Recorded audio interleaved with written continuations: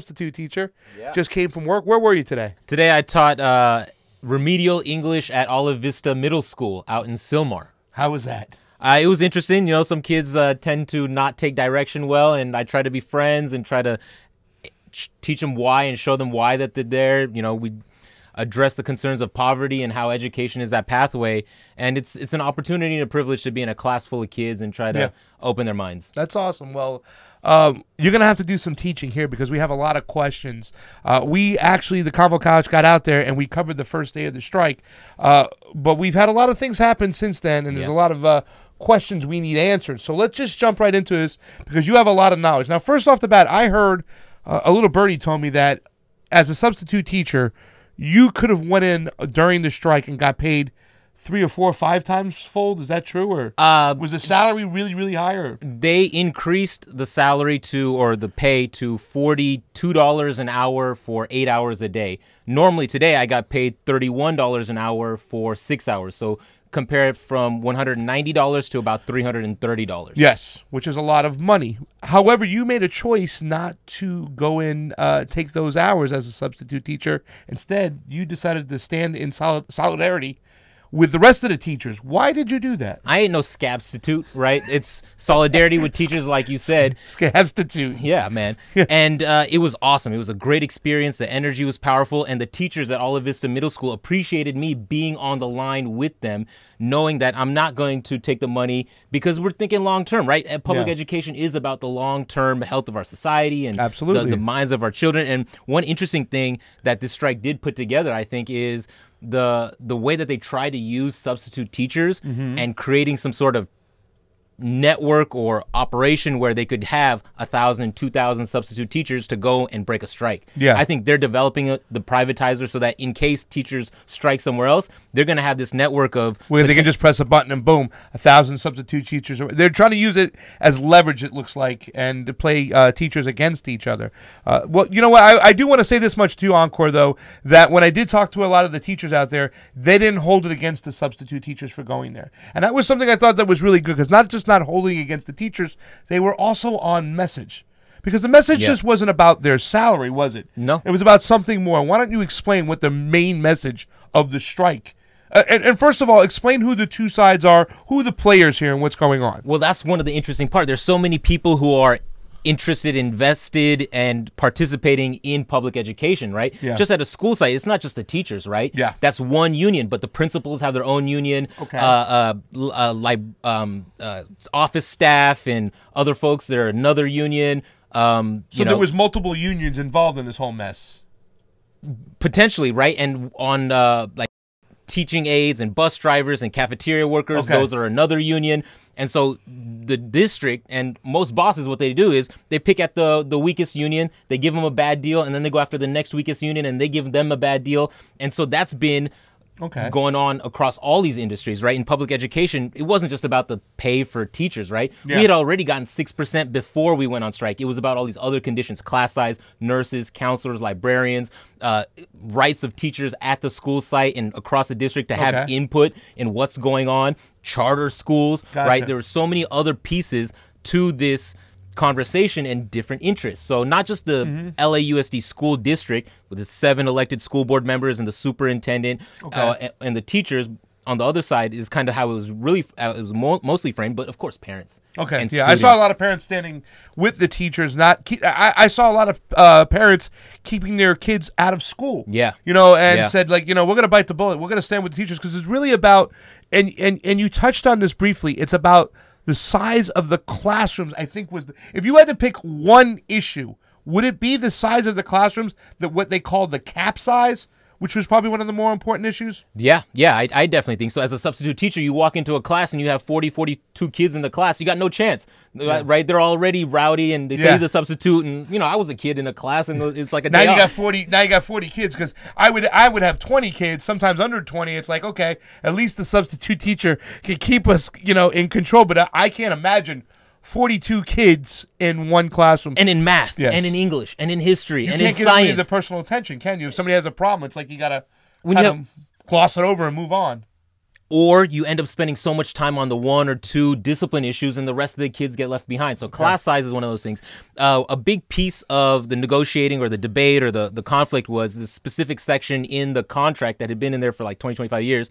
It was 1.5, which basically gave the district authority or leverage to call financial emergency. We can do whatever we want with the class size. So even though we had negotiated class sizes, it's called normalization rate. So if you have this many kids at your school site, this is how many teachers you get, right? If you have this many students enrolled, then you get this many nurse stays or vice principals, or all these other resources are based on the number of students you have per school site. And so that's one aspect of it. And what happened in this negotiation, and that was where heads really butted, was, can we get rid of this clause that lets a district disregard class size if they want to call financial emergency? And we also know the district was sitting on that $1.8 billion reserve fund and said, we're in a financial emergency. Like, you're sitting on $1,800,000,000. Let's speak a little bit more about that. I want to talk about that because a lot of teachers talked about, like, the money is there. And I can say this much. I'm not as schooled in verse in what you know about the teachers union and what's going on, but I can tell you this much: when it comes to our students, I don't care about deficit spending. Get the kids what the frig they need, and we'll worry about it later. And the fact that there was all this money sitting there, and Austin Butner, who was the superintendent, would use this kind of what we call fugazi math back in Brooklyn, where it's like, oh, no, but if you carry the 1, look at the 2, look at the tree, and that money's going to be gone. I still no reason to hold on to it. This is our children. Let's use it on our children and find out later and worry about it later, basically, bottom line. I think that's about right, but we can also be planning for the future, and that's one of those things that came out of this strike and where the fund's going to come from, and that was part of it. I don't know if we want to get into looking at where are extra funds from the state going to come, right? And we want to talk about the specific conditions for the students at a school site. So all those issues are important. We got to fund it. But then also, we're what, 45th, 46th in the country in terms of per pupil funding. Where's that money going to come? And where's that money going to come from? Is it going to be income tax? Is it going to be property tax, which is definitely a piece of the equation here in California with Prop 13? And how does that get repealed so that commercial property can then be taxed appropriately so those funds can go into... I'm assuming you make more than public schools. There are so many things. You can go down the rabbit hole. We got to talk about where does the funding come from? Who's in charge? What are we doing with that extra money here? It's about cap sizes. Let's talk about the teachers' salaries, where they even got a raise in 10 years. I know we kind of pushed that aside where the teachers have stayed on message, but they haven't even got a raise in, what, 10 years or something like that? Or you don't get paid a living wage working as a public school teacher, and so we have a shortage of qualified public school teachers, and that's another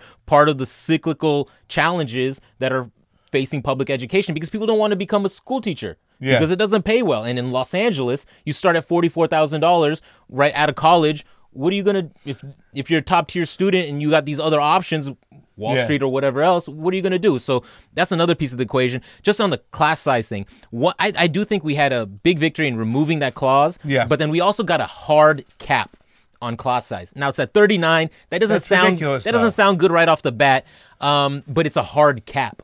So law of averages, if the cap is 39, so if you have 40 students, you got to open up another class, and that's going to reduce the class size. That would help out the situation. So it's not going to be 39 average. It's going to be lower than that. Okay. So, and year by year, this is a 3-year contract. It's supposed to reduce in English, language arts, and math, 1 per year. So in 3 years, it's a 3-year contract. Down to 37 hard cap, down to 36 eventually. It doesn't sound great, but it sounds like a little bit of something. And if it's a hard cap, the math becomes different because, like you said, if there is 30 kids, now it becomes 19 kids in a class. But what about the teacher? Where are they going to get the teacher from? That's one of the excuses or talking points that the district used. We don't have enough qualified teachers that can come in, and so that's why the stepwise method came in. And I encourage people to become teachers. It's a great career. We need more good people getting into that. And so we can continue on with that conversation about who's becoming a teacher and why. Gotcha. All right, well, let's talk a little bit more about some of the winners and losers about the whole thing. Because when this strike came out, there was already a raise, right? Let's talk about the teacher salaries, because sometimes I think it's swept under the rug because a lot of the teachers don't want to come out there and make it about themselves. It really wasn't about their salaries. I mean, teachers already go into their pockets for supplies and food, whatever money they need to come out. I mean, I was on a field trip helping chaperone a teacher, and she had no money to feed the kids lunch, and she literally had to pay at an amusement park out of her pocket lunch for 30 kids, and she did it without hesitation.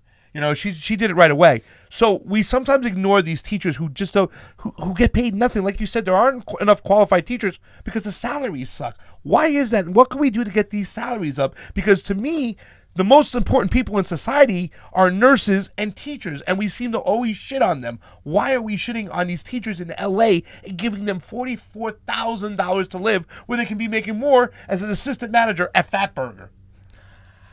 Well, it's priorities. It's political will. It's how we invest our resources. And, you know, from the presidency all the way down to our city council, where are people getting funds to win elected office, and how are they using those funds to then enact policies that then support who got them into office, right? It's that cyclical nature of politics and democracy. And in capitalism, you use money to make money, and that includes buying politicians who will write laws that will then benefit their bottom line, really. And so if we're looking at increasing what teachers are being paid, I think this strike and the energy that Los Angeles gave, right? The community support, the media, the just overall, and now it's snowballing.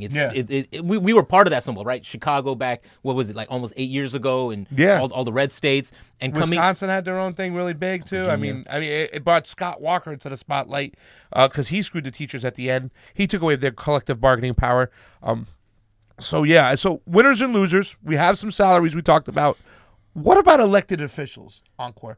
We keep talking about this because people say, like, oh, we have Austin Butner. We have this kind of like Betsy DeVos of California, because a lot of people, what I got out of covering this strike, and I didn't cover it as intensely as you, but when I did cover it, it seemed like they wanted to move the discussion so that therefore they can eventually enact policy. So move the discussion from, okay, what do the kids need, to we have a funding issue. Yeah. Can we do something on the elective level, electing our people into the board, and how do we go about that? Well, LAUSD, what, $7, $8, $10 billion agency, you know, plus all the billions of dollars in construction bonds and all the ripple effects it has, 7 elected officials. 7 elected officials, and those 7 vote on the superintendent, who's like the day-to-day manager, has the final decision on a lot of stuff. Butner it is right now. And so in the last election cycle, we had Ref Rodriguez in Board District 5, who literally funneled money from his charter school to a nonprofit, and then the nonprofit to his campaign funds through his cousins and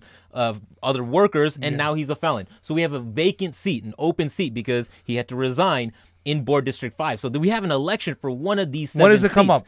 The election is March 5th, and right around the corner. Ballots are in the mail. People should have already been getting ballots. Do we have a candidate we're looking at? I'm supporting Jackie Goldberg, experienced person, full-throated supporter of public education, is somebody you can't flim-flam on the budget numbers because she's been an assemblywoman. And Jackie Goldberg was a name we heard floated around for a while out there. She's got a lot of support from some of the teachers. Yeah, and there's like 10, 12 She was an old teacher. She's an ex-teacher, right? Yeah, and there's like 10, 12 candidates, some better than others, some who are clearly for charter schools, some who are political opportunists, some who are community members who are great people who, you know, under other circumstances I might support for a race. But in terms of the importance of what we're talking about, the school board and the school district, and there's only 7 seats, and we have this opportunity to elect somebody who can really shift the conversation, I think it's Jackie Goldberg. But looking at that, 7 school board members for the entire school district, that seems like we're not very well represented. And in a lot of these elections, it's a very low turnout. I actually ran for school board in 2015, and we were able, it was a contentious race, 6 people in the race. There was an incumbent that we ended up defeating. Scott Schmerlson ended up winning and hiring me. So I got to work for a school board member and seeing how it operated for about 2.5 years before I ran for assembly in 2018. But Scott Schmerlson came out during the strike and was the most vocal supporter of teachers during the teacher strike. And he even put out a statement that basically said, Austin Butner does not speak for me. So one of our 7 school board still on the board. Yeah.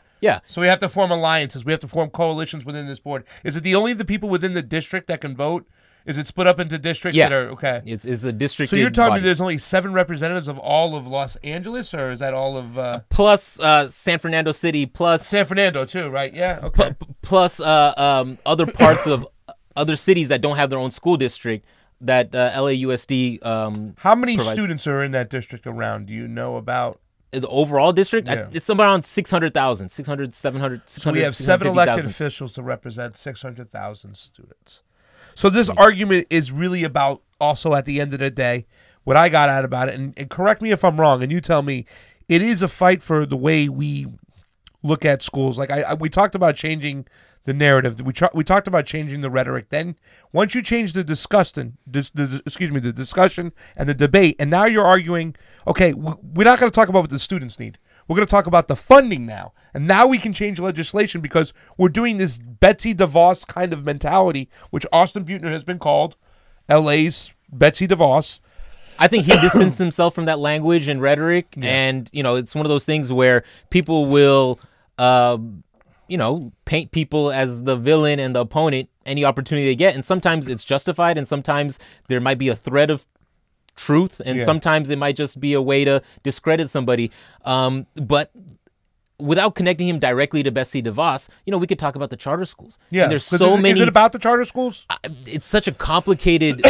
Because I've heard good things, bad things, exactly. These things. Exactly. I heard there are charter schools that really do make a difference. That we should look into certain charter schools because they will help out kids that want to get involved in arts or instruments and whatnot. Because for the public schools, they have no funding for band or music or art anymore, do they? I mean, they don't even have nurses there now. They have nurses once a week. Well, that's one of the victories out of the strike. We're gonna get more nurses at school sites. But in terms of these important programs, be it arts or athletics or field trips or whatever, there's different ways that schools and crafty principals and teachers and parents and the community come together to get these resources for their kids at the school site. But in terms of the charter schools, right, early 90s in California, the idea was teachers would get control over schools, come up with best practices, and those would get fed back into school districts so that schools and school districts could improve. Yes. Now, because of the way that funding is allocated, ADA, average daily attendance, the number of students you have per day, is directly correlated with how much money you get from the state. Yeah. Well, there's some nuance in terms of if you have foster youth or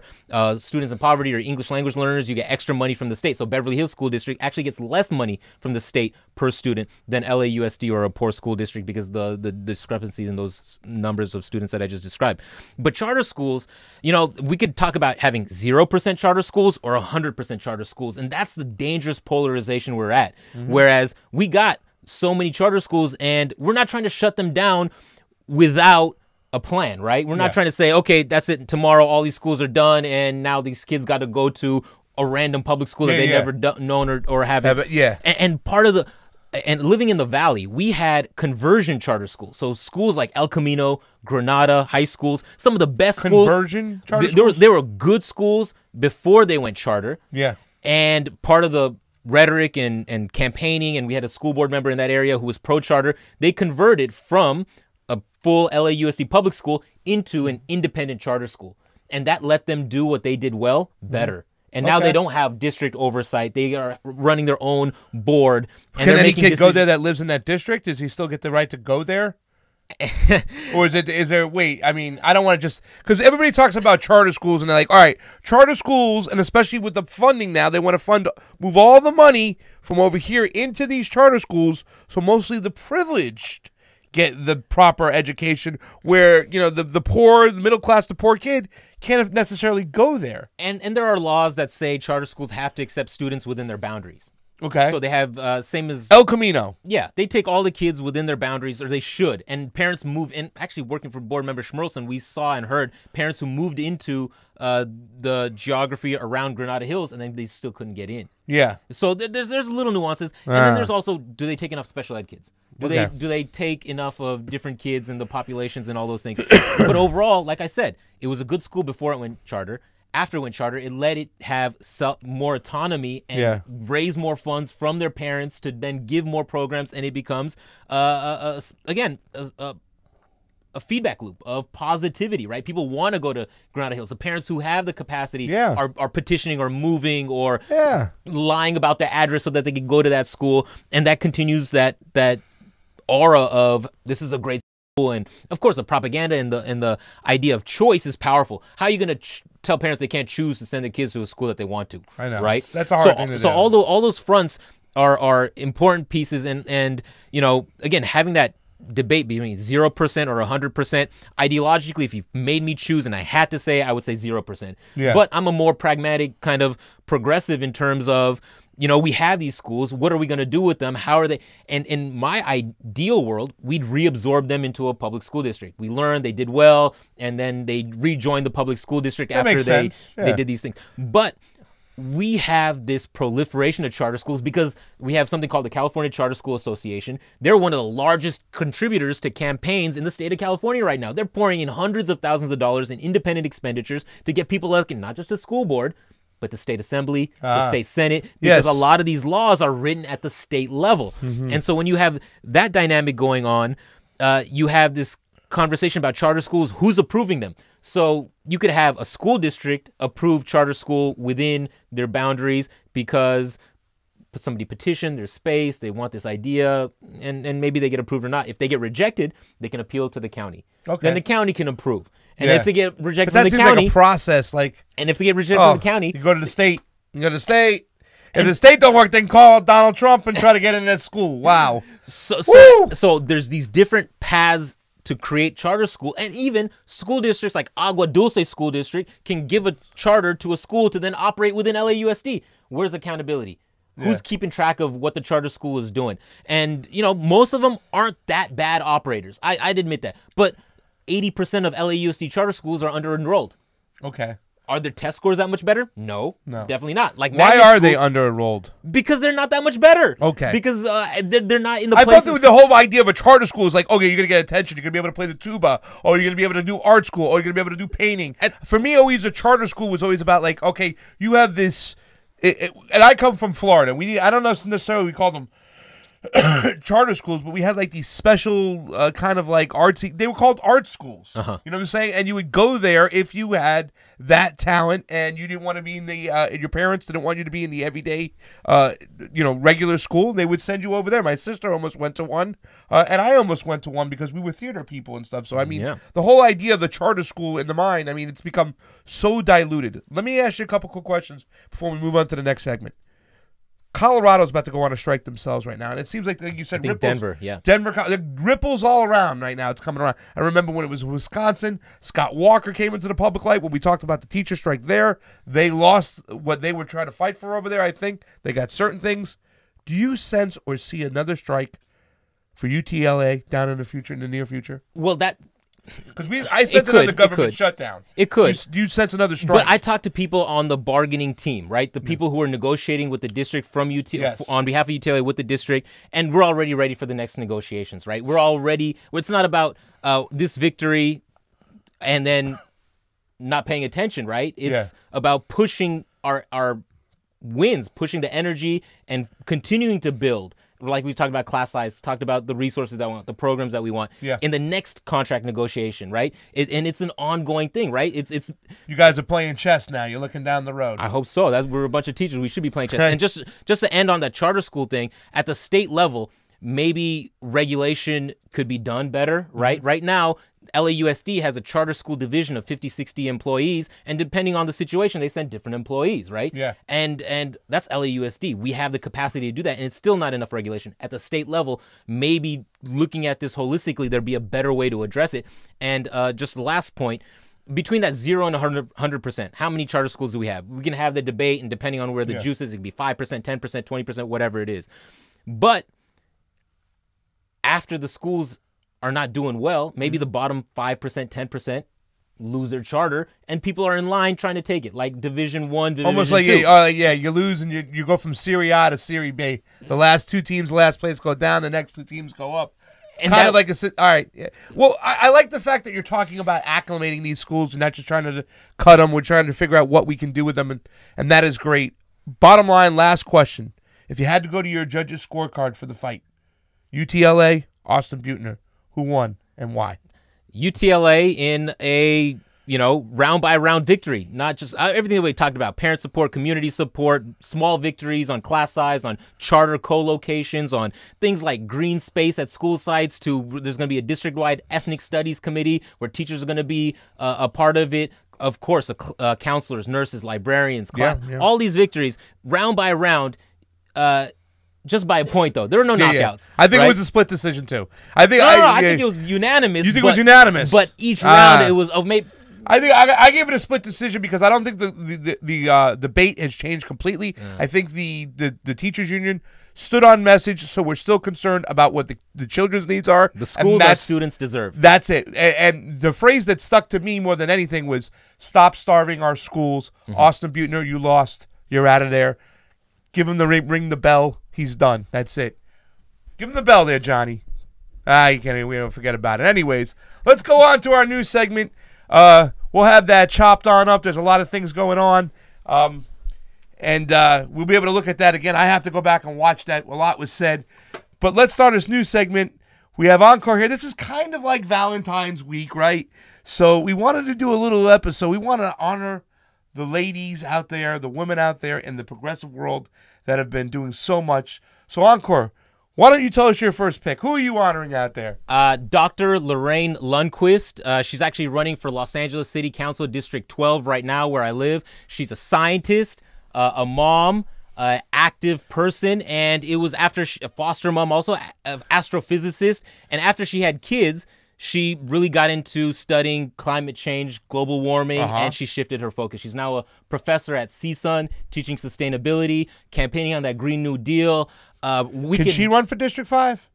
No, she's not running for school board. She's running for LA City Council. She sounds like an amazing person to run for that. I mean, we have a teacher, an educator. But from LA City, think about it. Yeah. We could lead the world in how we implement green policies at the local level and be a beacon, not just for, California, the nation, the world, because LA City is in such a unique place to come up and apply green technology and, again, implement the Green New Deal where it really matters on a day-to-day basis. And she's smart, capable, honorable, honest, beautiful person with a beautiful family. Yeah. And, check it out, Lorraine for LA. What do you got to say to her? You go, girl. Absolutely. Okay, I like that. You go, girl. Thank you very much. Well, my first pick is actually going to be Sarah Smith. Although Sarah Smith didn't win her election against Adam Smith in Washington District 9, she made a huge impression on a lot of us in the progressive world. Have you ever met Sarah Smith? No, I haven't had that privilege. She was awesome. But shortly after her defeat, Sarah Smith did suffer some serious personal issues, and I'm not going to really go into them too deeply. I don't want to kind of put it out there, but I will tell you that, when the walls are kind of caving in on you, it's very easy to just fold up your tent and say, fuck it, and go home and not be dealing with this politics stuff anymore. Yeah. But Sarah Smith's just not built that way. She came back. She's out there swinging. And not only is she a fighter, but she's an inspirer that never quits. Nice. And believe you me, I know. Me and Fiorella, we drove up 12 hours to see this woman speak in a little dive bar. And you can always see her out there. I tell you this much. Even though she lost her challenge in District 9, you can always see her out there in a march or a rally. She's out there. If you look at her Facebook page, it's filled with inspirational quotes all over the place. And despite going through a personal tornado, Sarah Smith, I just like to say, you made a serious impact. You go, girl. We love you. We know you'll be back to fight again, Sarah Smith.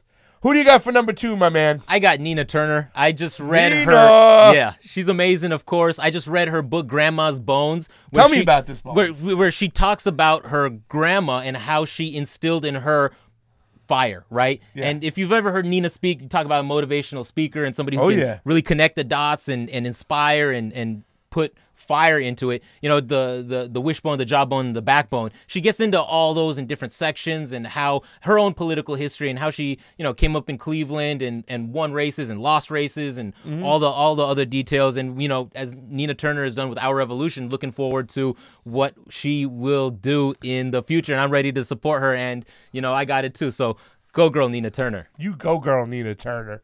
Nina Turner's awesome. I love the Nina Turner. She's out there. She's a powerful woman, ex-congresswoman. Who knows what you can be. We talk about Bernie Sanders' campaign and what she could be if Bernie does announce. Keep your eye out for Nina Turner. You go, girl. You go, girl. You go, Nina. You know who I'm going for my second pick? Somebody else is inspirational that came out around the same time, really came to the spotlight. How about Jane Sanders? Oh, yeah. It's Jane Sanders. There hasn't been enough news about Jane Sanders lately. The last time we heard her, progressives were out there cheering because she did look the camera in the eye and said, if the Democrats don't change, there will be a third party. Or one of my favorite times is when she got in Joe Arpaio, can I say his name right? When she got in his face, when he got in her face, and he says, I support Donald Trump. And she says, well, guess what? I support Bernie Sanders. Yeah. I love that. But it's still not as great as that time when they were on stage. And remember the DNC when Bernie Sanders' brother was announcing him and Bernie Sanders started to cry and she had this face. She just put her hand over her mouth. There it is. Look at that. I mean, it made me cry. I cried. It was a great moment.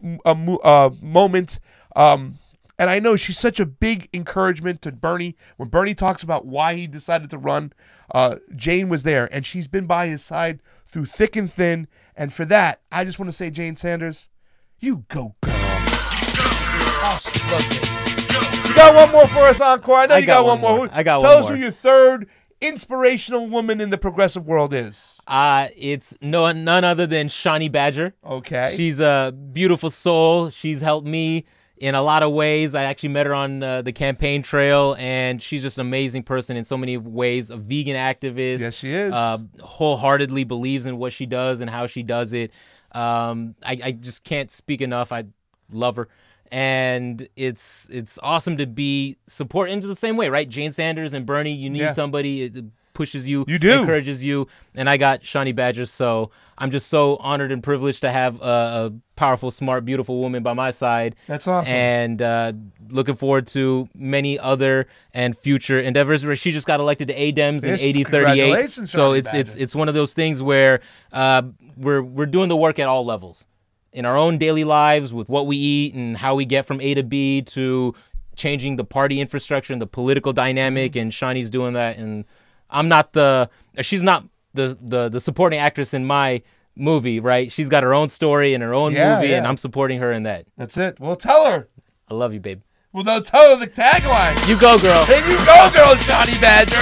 Dude, Shawnee Badger's name comes up in this house all the time. We know her as the big, animal activist, the vegan, and it's very important. Today we're having a lasagna, no meat, because we do no meat Mondays in here, and that's all about Shawnee Badger. If anybody ever tries to get to a piece of bacon or steak, we're like, hey, Shawnee Badger would not approve of that, so you better put that down and stuff like that. And she does amazing work. You can't talk about global warming and climate change without talking about what we eat. Yeah. And that's why, to me, no meat Mondays are so inspiring, because I figured, hey, it'd be really hard for me to be a vegan right off the bat, but taking these little steps, learning how to cook stuff that are just all veggies without any animal products, it's important. And I got to say, you go girl to Shawnee Badger too. It's an amazing woman you got out there. But you know what, Encore?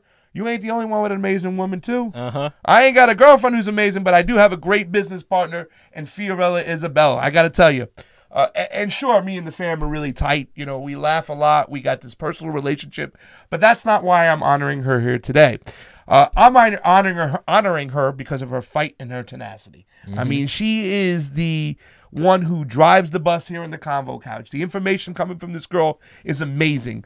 She's inspiring as can be, and whenever I've been down, she has lifted me up. And we had zero clue what was going to happen with the Convo Couch. We didn't think we would be here 16 months later doing this. We just threw ourselves in there and just got out there. And the work she's been doing down on the border lately has been amazing. She's one of the most fearless, but one of the most compassion, loving, intelligent women that I have ever met. And I'm so grateful to have met her. And like I said, Fiorella, what you bring to the table, I just got to say, girl, you go, girl.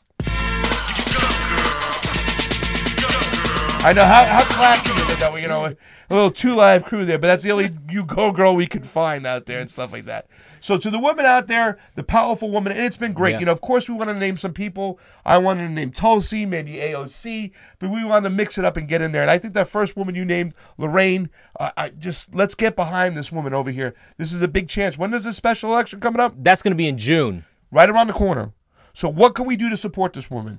Go to our website. We're actually collecting signatures to qualify for the ballot right now. Yes. So you can sign up, get that petition circulate it. If you live in the district in the Northwest San Fernando Valley, you can sign the petition, get more involved. Fundraisers, of course, matching funds. There's so many other ways to get involved in any campaign. And as our progressive movement continues to develop and grow, we find out how we can support people like Dr. Lorraine Lundquist for important positions like the Los Angeles City Council.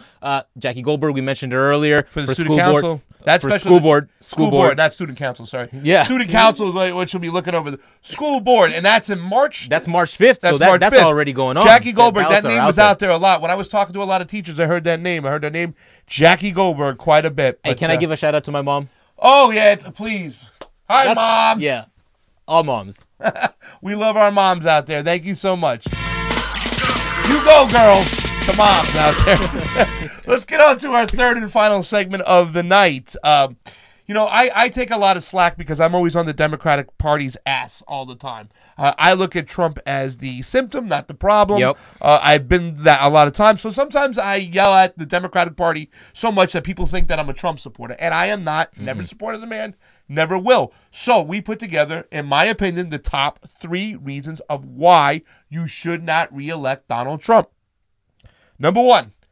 You hear all this talk, especially from our group. Oh, he's a racist. He's a white nationalist. He's a fascist. Whatever the case may be, you can argue it all day long. One thing is for sure.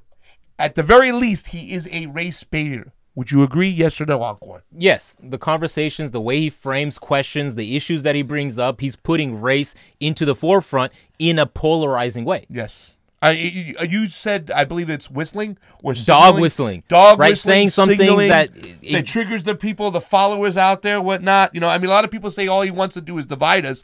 I don't think it's necessarily that he wants to divide us. I think he just wants to go after one group, which is his base, his voters, and get them in there. So when he puts all these families up, every State of the Union, he brings this situation where he shows his family who, you know, my love goes out to you. I weep for you, those families and stuff like that. But we know when it comes to immigration crime, it's so much lower than the average day crime of our citizens right here. So to take that there, and Bernie Sanders did call him out. He said that was a racist moment. That was when it's flat out racism.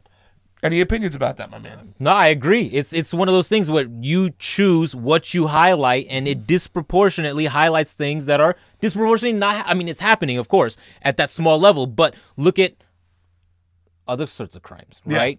What kind of mass shootings are going on, and who's committing absolutely. those? Yeah, I mean, a lot of white nationalists out there are committing these crimes, and you know, once again, I say like I want to fix the problem from the root, and it seems that a lot of the race problems are really kind of embedded in deep. If you go down the rabbit hole, it's all about financial problems. You know what I'm saying? It's these people who can't put food on the table, they can't pay their rent, so they're looking at the guy across the street, and when they hear that whistling or that signaling, they go with that guy. Donald Trump knows that, and he race baits like there's no tomorrow. Tried and true for hundreds of years. Yeah. That same plan has been going on. Keep the lower classes divided so the rich classes can run off with all the money. But let's talk about the rich class, because that's my number 2 reason that Donald Trump doesn't deserve to be reelected. His tax bill and his ideology is exclusively for the rich, is it not? Encore, could you pack this out first a little bit, please? Well, I think so. And right now in tax season, we've been seeing all the where the middle tax who was supposed to get all those tax breaks are actually paying more. Yes, it's amazing that the belief that poor people are going to get rich and playing on that, and one day I'll be rich, so I don't want rich people now to be taxed. I don't even know how that makes sense, but it feels like that's the kind of rhetoric and belief that he's been playing to, and not just the tax breaks, but the tariffs, the trade, the way that he just carries on all of his business. It's favors the rich. The rich get richer and the poor get or stay poor for a lot of reasons. And a major reason is because the rich can buy, win, and elect people who are going to continue to. They buy their elections here. The candidates and the politicians pick their voters. It's not the other way around. And it really is a shame.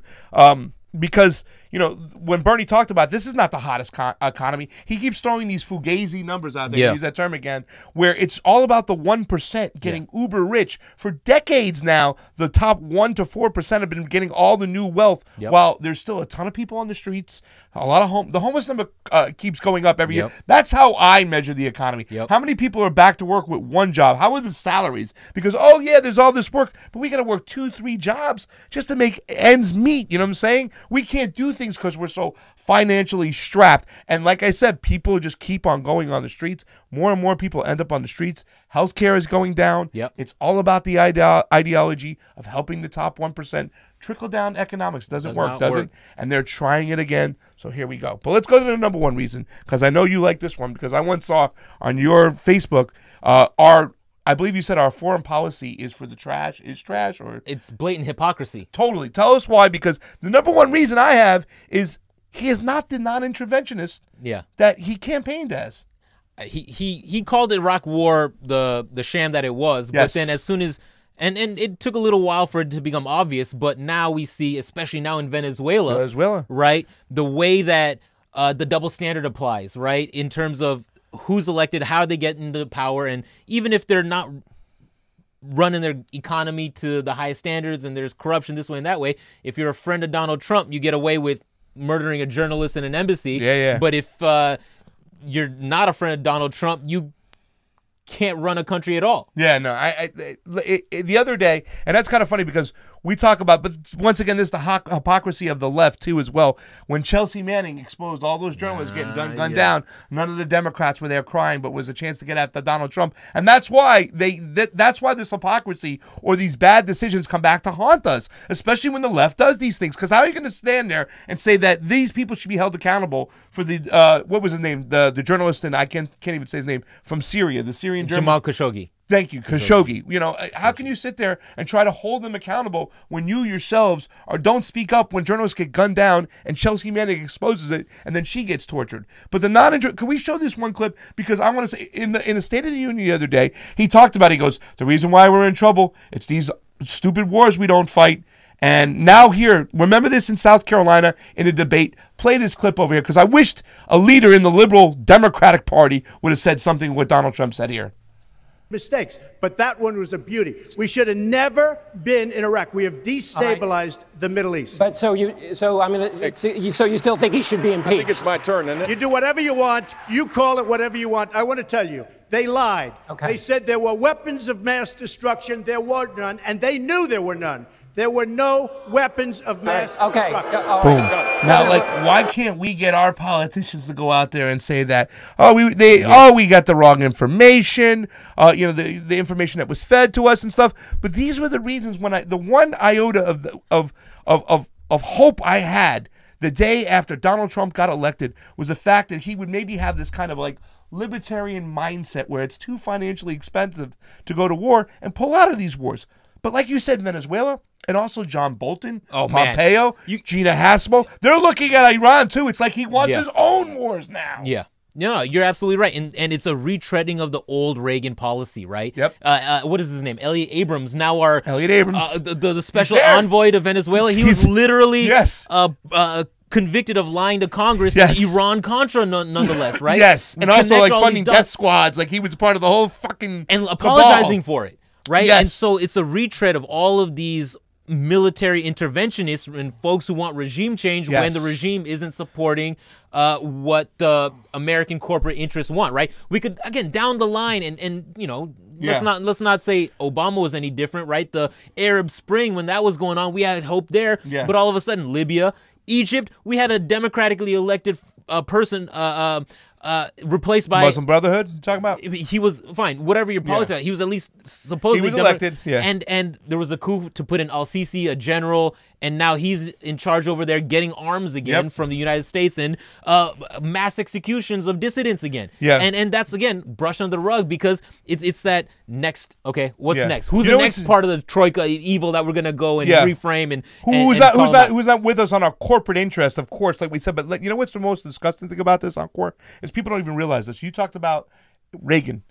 At least they used the private war to fund their stuff. Now they're funneling money, our tax dollars, through these advocacy groups to fund these oppositions. We're actually paying for it now instead of fixing our roads or cleaning our waters. Or paying teachers more. We're paying oppositions. You know, Daniel Ortega in Nicaragua. Since he took over, you're talking about the GDP has increased every year by 5 to 6%. It has the best gender equality in Central America. 1/3 of the indigenous people now own land in Nicaragua, but yet, even under Obama in 2014 and carried on to Donald Trump, we're funding the opposition somewhere to the tune of $100 million per year. And they're not using that money to buy bologna sandwiches. And that's all I have to say. It's all this vicious cycle of buying guns from America. That whole part, you know what I'm saying? And that it's our tax dollars, and it's and that's what really causes these immigration problems. People don't understand this. It was a coup in 2009. Manuel Zelaya was a socially, democratically elected leader, and they threw him out, Hillary Clinton, by supporting the coup. As Secretary of State. As Madam Secretary. And guess what? Fiorella goes down to the border on a regular basis. 80% of the people are coming from where? Honduras, because we turned the place into a death squad, and it's just terrible. Thank you. Thank you for using the time to talk about it. I don't know if we could go on with it. I think we should end the show on that. Encore, I can't thank you enough for coming on. Thank you. Thank you for having me. I love talking about this stuff, and we need more independent journalists like yourself and Fee and the whole team here at the Convo Couch putting this stuff out there. Thank you, brother. Like, follow, share. Please do that because we need more information like this instead of this mainstream media that's selling more wars. See, I love this. Fiorella, I might have found a new partner. Last week you had Melissa Michelson on, and you wanted to kick me off. This week I got Encore to counter that. But, hey, thanks again for coming on, Encore. We love you out there. Like he said, like, subscribe. We'll have this chopped up so you can learn a little bit more about the school unions and the strikes and what's going on and what to look forward down the road. Remember, this is a battle that has not ended. In Denver, Colorado, they're about to go to war, and the fight for our children's future is at stake. So get involved, like, share. Thank you for watching the Convo Couch. We'll see you next week. For Pasta Jardula, ANKUR PATEL. Sorry. Thank you. Happy Valentine's, everybody.